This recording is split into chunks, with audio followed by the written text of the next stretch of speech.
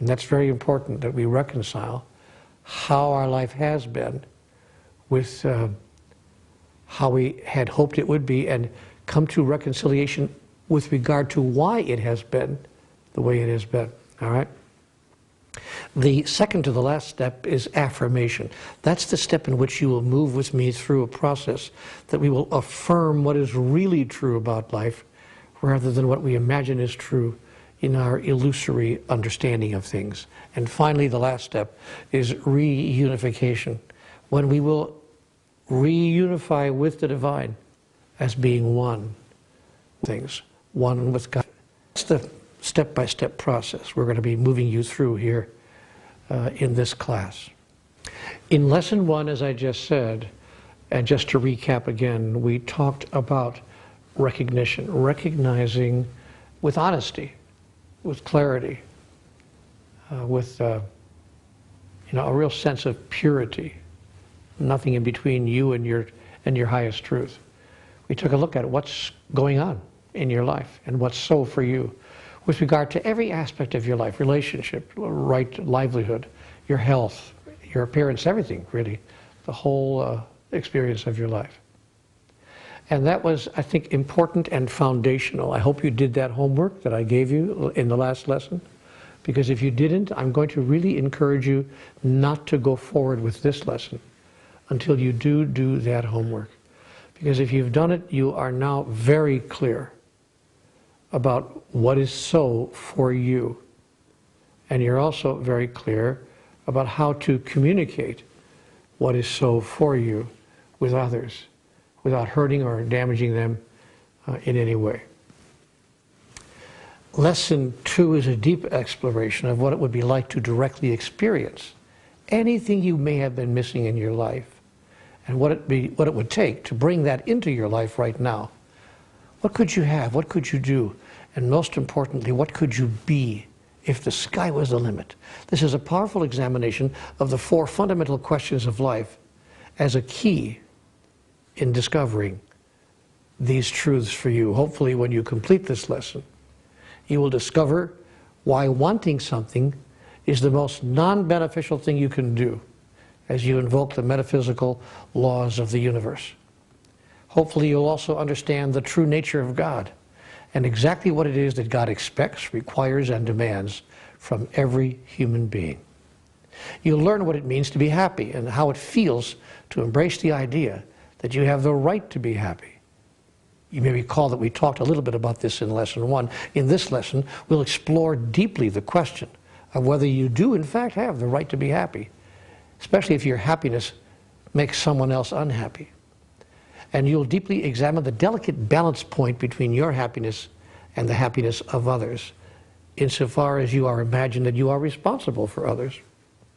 Also, I've planned for this lesson to reveal to you the true purpose of life from a metaphysical point of view, in such a way that it transcends virtually all other articulations or understandings you may have received on this subject. In other words, you'll learn what the purpose of life is directly from the mind of God, as given to the world through the Conversations with God dialogues. This lesson today will also help you to embody the ability to use not only words, but frequently, perhaps as frequently as every month or every other week, even during particularly challenging times, even every day, the 4 fundamental questions of life. You know, the asking and answering of these questions on a frequent basis can resolve internal conflicts and external complications more quickly than anything you might have previously imagined was possible. You will learn today how the 4 fundamental questions can be the metaphysical aspirin of life and in-the-moment medication for the wounds of your daily experience. People have discovered that by using this tool, they can move past and through difficulties that may previously have seemed almost insurmountable. This is a life-changing breakthrough that has altered people's lives for the better in a very short time. So that's what we're going to be looking at here in lesson number 2. I'd like to give you a summary of the whole lesson beforehand so you get a sense of, you can even get into kind of an anticipatory mood about what's going to happen here today, okay? So let's get on with it, with our first teaching point of the day, which is kind of a dramatic statement. When I heard this statement for the first time in Conversations with God, I'm not sure that I completely understood it. The first teaching point in today's lesson is, you may not have anything you want. What kind of a God would say that? The greatest God in the world, the greatest God in the universe, the greatest God in all the universes that exist anywhere. You may not have what you want. Boy, I remember when I first received that information. It was way back there in the first dialogue, what has come to be known as Book 1. When I was asking God, why can't I manifest in my life what it is I really want? I had heard all about, the power of positive thinking. I had heard all about the tool called affirmations. I was writing my affirmations, 20 times 20 or whatever the formula was supposed to be, depending on the teacher you're listening to. And then later, long after Conversations with God came out, I saw the movie The Secret, which also shares with people how to use the so-called law of attraction to, can I say, bring to you or to make manifest in your reality what it is that you choose to experience. But even the law of attraction failed to bring its viewers to clarity about this business of having something you want. So Conversations with God said something that none of those other things ever placed before me as I became aware of the teachings of modern metaphysics. Yes, it's true that attraction, the law of attraction, works. Yes, it's true that as you think it, so will it be done unto you. Yes, those things are all true. And because they're true, let me repeat that, because they're true, you may not have what you want. God made that very clear to me in Book 1. Now let's talk about why you may not have what you want. Because your thought is creative.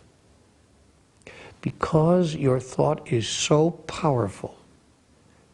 Because your thought is nothing more than energy, focused, shaped, and formed in a particular way, and sent into the larger energy field that is life itself.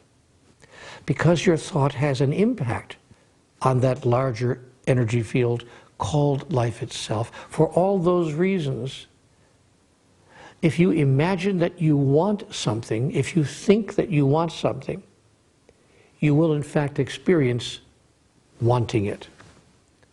You will in fact experience just that. So if you say, I want more money in my life, see, the universe will say, that's true, you do. Because there's only one word in my vocabulary, God said to me in Conversations with God. I only know one word in human language. The word that I use in human language to everything you say and everything you think is yes. Yes. So the universe is a huge Xerox machine. It's a copier. It copies your thought, imprints it on the manufacturing system that is life itself, and produces for you an exact duplicate of what you thought or said or did. Or as other teachers have put it, life is nothing more than a mirror, just a mirror, reflecting not only your state of mind, but the words you use, the ideas you hold, the actions that you place into the world, everything. It just mirrors back to you what is true for you and what emerges from you. So life really is this process, yeah? A process of energy exchange. Think of it that way. What life is about really, when we look at it closely, is a process of energy exchange. It's not unlike a computer. And you know the language that geeks use, computer geeks use when they talk about the process of computers? It's GIGO. There's a little acronym, GIGO. Garbage in, garbage out. See, a computer can't give you anything more than what's put into it. And life is like that. Life is like the great computer in the sky. Garbage in, garbage out. Heaven in, heaven out. Hi-ho, hi-ho, hi-ho. It's off to work we go.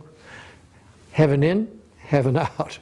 I just made that up and I'm ashamed of it, but in any event, that's what I want you to know. So now when you take that heaven in, heaven out idea and overlay it on the statement, you may not have what you want, suddenly becomes clear, because if you're saying I want something, you are as much as announcing that you do not now have it.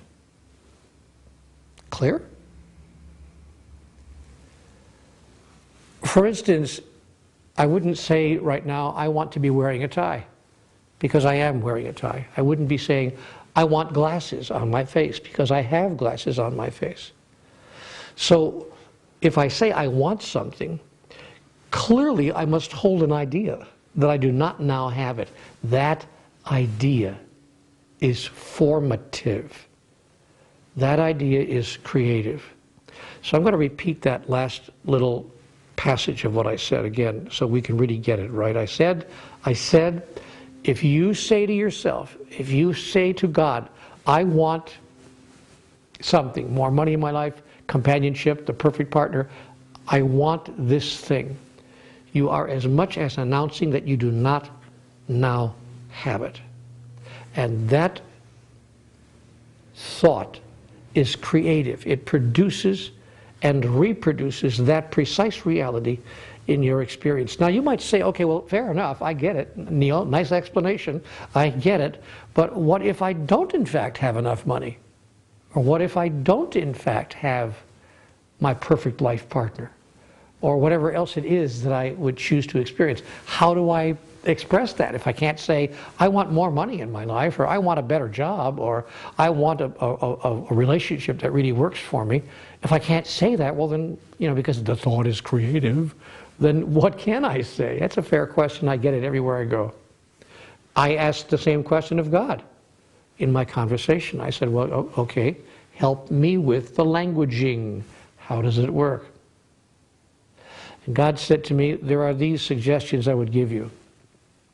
First of all, within the framework of time and space, you might find it useful to declare, my perfect relationship is coming to me now. Thank you, God. My perfect income is coming to me now. Thank you, God. That which I choose now to experience is coming to me even now. Thank you, God. And that's a very powerful way in the early days of my experience with manifestation. In the early days of my manifesting experience, that was languaging that I found very useful and very helpful and very powerful. My perfect relationship is coming to me now. My perfect career, my perfect job, my perfect income is on its way to me now. Thank you, God.